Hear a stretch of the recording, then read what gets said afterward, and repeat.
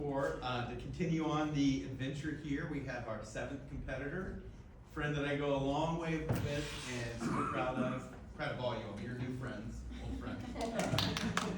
Natalie M.O.R.A, take it away. Thank you. Good morning, everyone. Judges, I hope you're all enjoying your time so far. My name is Natalie M.O.R.A. I am a certified life coach, psychologist, and the founder of Natalie M.O.R.A Coaching. I specialize in helping mothers, but particularly single moms, who are seeking to reconnect with their children. So according to the U.S. Census Bureau, almost 50% of mothers in the United States have reported that they feel emotionally disconnected from their children. You heard that right, 50%, that's half of moms here in this country. A majority of them are single moms. So the question here is, why is this happening and what are the consequences? Well, the lack of connection is actually creating an amount of different challenges and consequences for both the mom and their children. So there's no surprise when we see that our kids are actually feeling emotionally insecure, they're having difficulties forming healthy relationships with others, and they're actually having academic and social challenges, and let's not mention mental health issues. Anxiety, depression, and that increases the risk for substance abuse and suicide. That is alarming and it's so sad, and the numbers just continue to grow. So what about the mom? Well, moms are feeling frustrated, overwhelmed, they're tired, they feel guilty, and they don't feel like they're doing a good job as a mom. And so all of this because they're trying to balance their personal life, work, parenting, co-parenting, just you name it. It's an ending amount of tasks and responsibilities, so at the end of the day, moms are tired, they're exhausted, and they don't really have neither the energy or the time to truly connect with their children and actually create those bonds. So this is all in combination is creating just a cycle of emotional disconnect within our families, and this is happening in our community as well.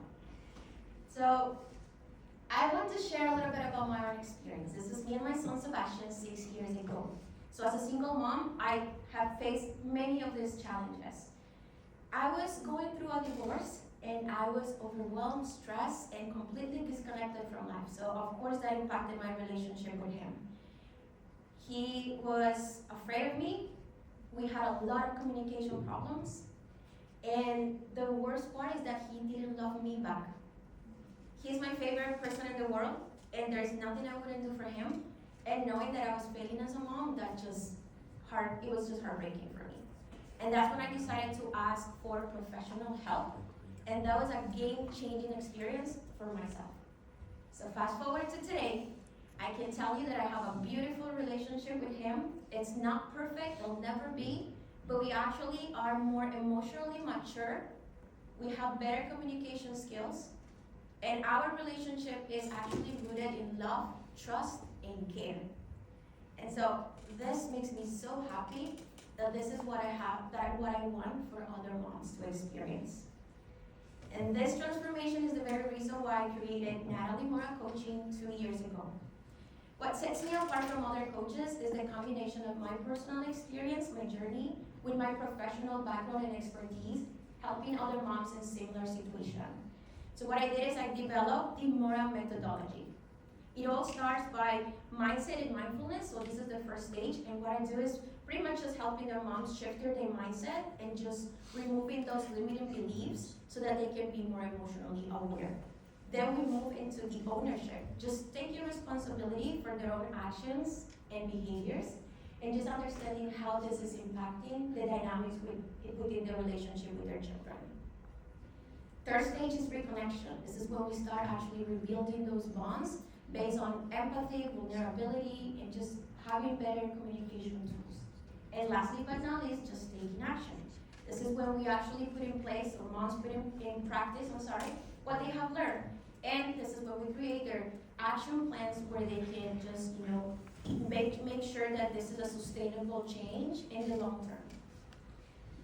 So about my services, so what do I do and how do I do it? I provide one-on-one personalized coaching sessions for moms. They can select and choose between hourly or a comprehensive package.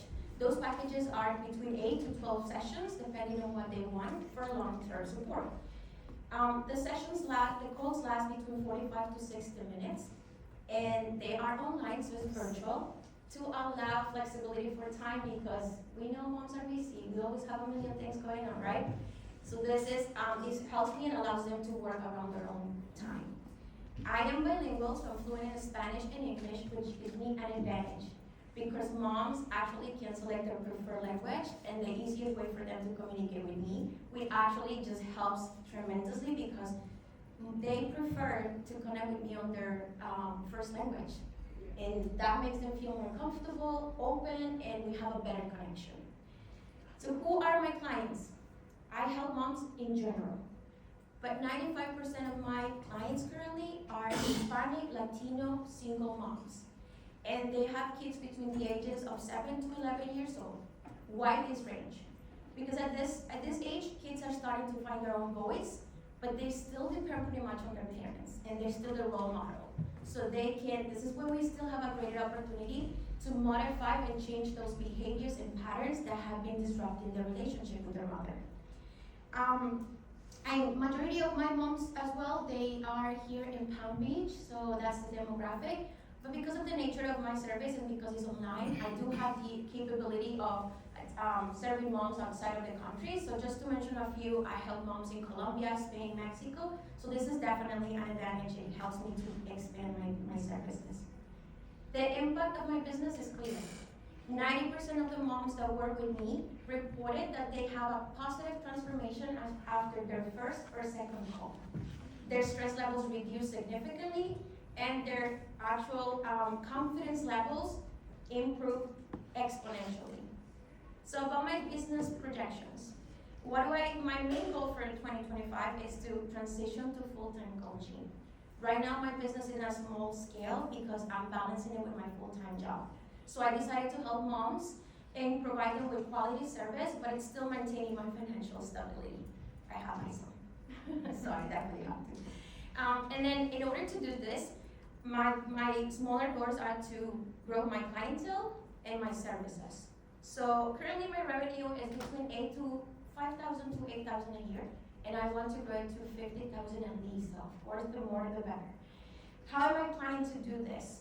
I am launching my first 12-week coaching program, which is Moms in Action, and this program is targeting a group of moms. So that allows me to reach out to more moms, and without sacrificing time. Growing my online presence by 50%. Of course, this will be through social media, email marketing campaigns, websites, and the projection will be to spend about between $1,000 to $3,000 in marketing. So I definitely want to invest fully in marketing this year.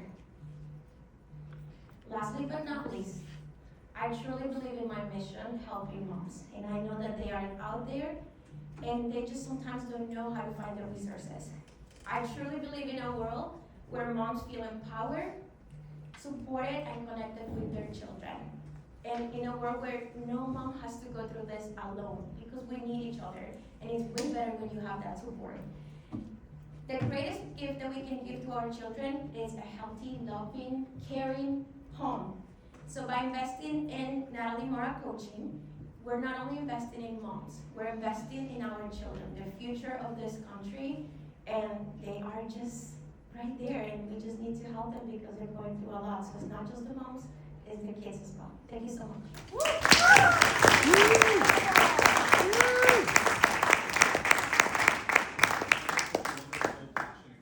Presentation. Now we're going to do 5 minutes of Q&A. All right, fantastic presentation. Thank you very much. It's all very clear and to the point. How do you go about, what's your vision in terms of scaling this? Because obviously you're one person. So how do you go about scaling this?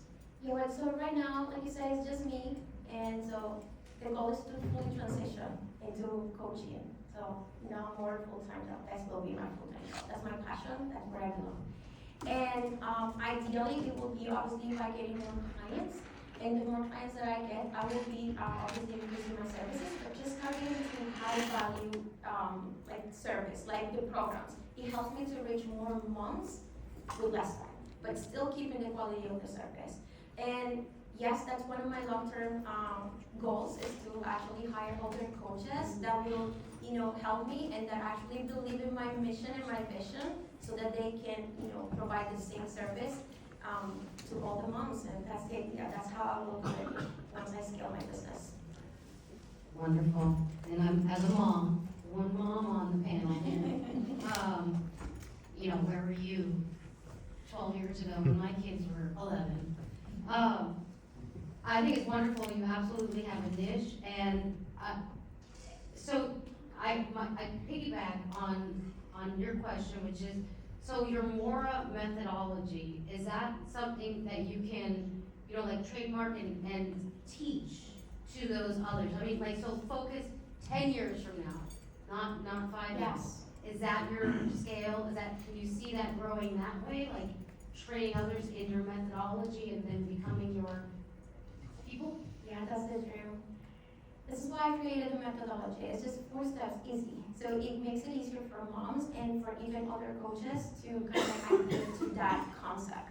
Obviously, I made it very light, straight to the point for the presentation, but this method and the methodology actually helps me to do more like a comprehensive, holistic approach for moms. So it's not just focusing on the well-being of the mom, it's the children as well, we're building that relationship, and then how do we sustain those changes? And especially before they hit the teen years, because it becomes a lot more challenging. And with that, what you said, that's what I get a lot from moms when they hear from me. They're like, where were you when I needed you? And this is why I so committed to this, and this is why with the investment, I'll even get to more moms that are seeking the support right now. Thank you. Very well done.